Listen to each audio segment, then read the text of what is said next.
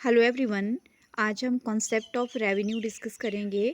Concept of revenue आगम का क्या कॉन्सेप्ट है, इसको जब डिटेल में हम डिस्कस करेंगे तो इसमें हम इसके वेरियस टाइप्स और डायग्रामेटिकली इसकी जो प्रेजेंटेशन है वो सारी हमने स्टडी करनी है।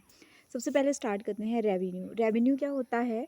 Revenue it is the amount of money that a company actually receive during a specific period. एक स्पेसिफिक टाइम पीरियड में एक कंपनी को जो भी आगम होती है, जो भी इनकम होती है, उसको रेवेन्यू कहा जाता है। इनकम कैसे होती है? सेल से। तो कंपनी की जितनी भी सेल हुई है, सेल से उसको जितना भी पैसा रिसीव हुआ है, that is the revenue of the company. अब रेवेन्यू की हम बात करें तो ये ग्रॉस होती है, ठीक है। इसमें जितने भी डिस्काउंट और डिडक्शंस होती हैं वो हमने जो है वो इंक्लूड की होती हैं। सो रेवेन्यू फर्दर जो है 3 तरह की हमारे पास होती है: total revenue, average revenue and marginal revenue. So concept of revenues में हमारे पास टोटल रेवेन्यू, एवरेज रेवेन्यू और मार्जिनल रेवेन्यू आती है। सबसे पहले बात करते हैं टोटल रेवेन्यू की। So total revenue it refers to the total receipt from the sale of a given quantity of a commodities, ठीक है।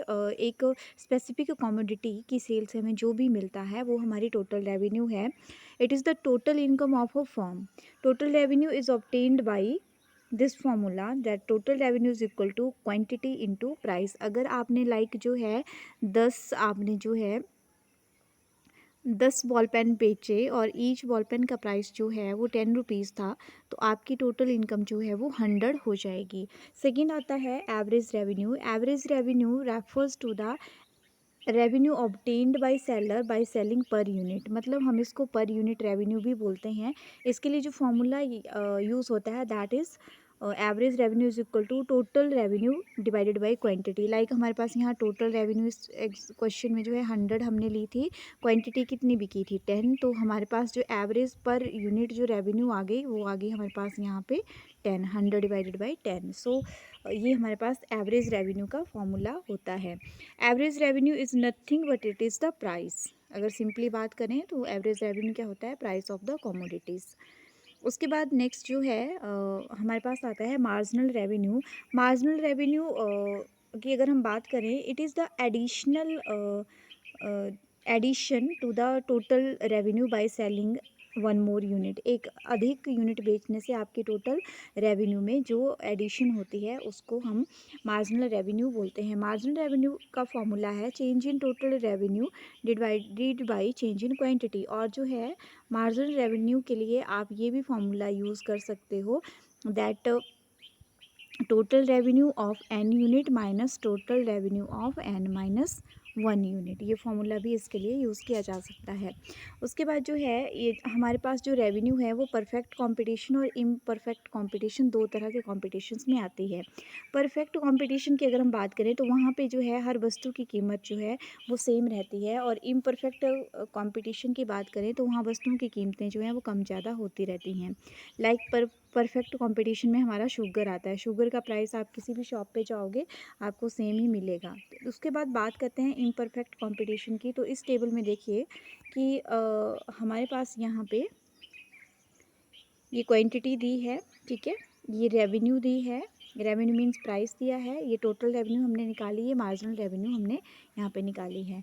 लाइक हमारे पास जो है टोटल रेवेन्यू कैसे निकलती है?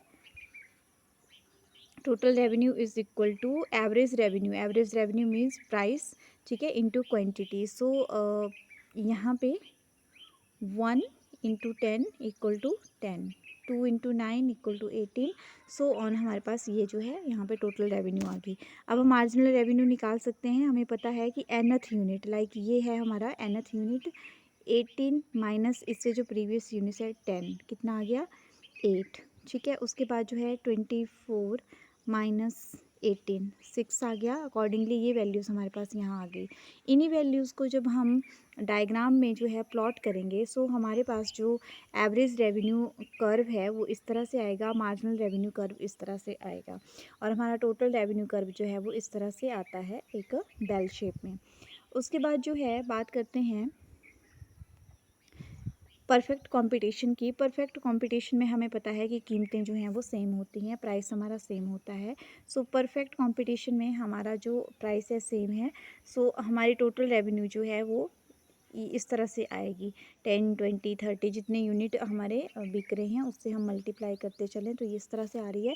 और मार्जिनल रेवेन्यू जो है, एडिशन जो है वो सेम होती है। मार्जिनल रेवेन्यू ईच पॉइंट पे सेम होती है, क्योंकि 10 रुपये का एक्स्ट्रा प्राइस बेच रहे हो तो 10 रुपये प्राइस की चीज़ आप बेच रहे हो तो 10 रुपये एक्स्ट्रा ही ऐड हो रहे हैं।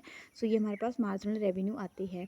The main difference is that कि जो हमारे टोटल रेवेन्यू कर्व होता है इस तरह से, उसमें क्या है कि वो इंक्रीजिंग ट्रेंड शो करता है।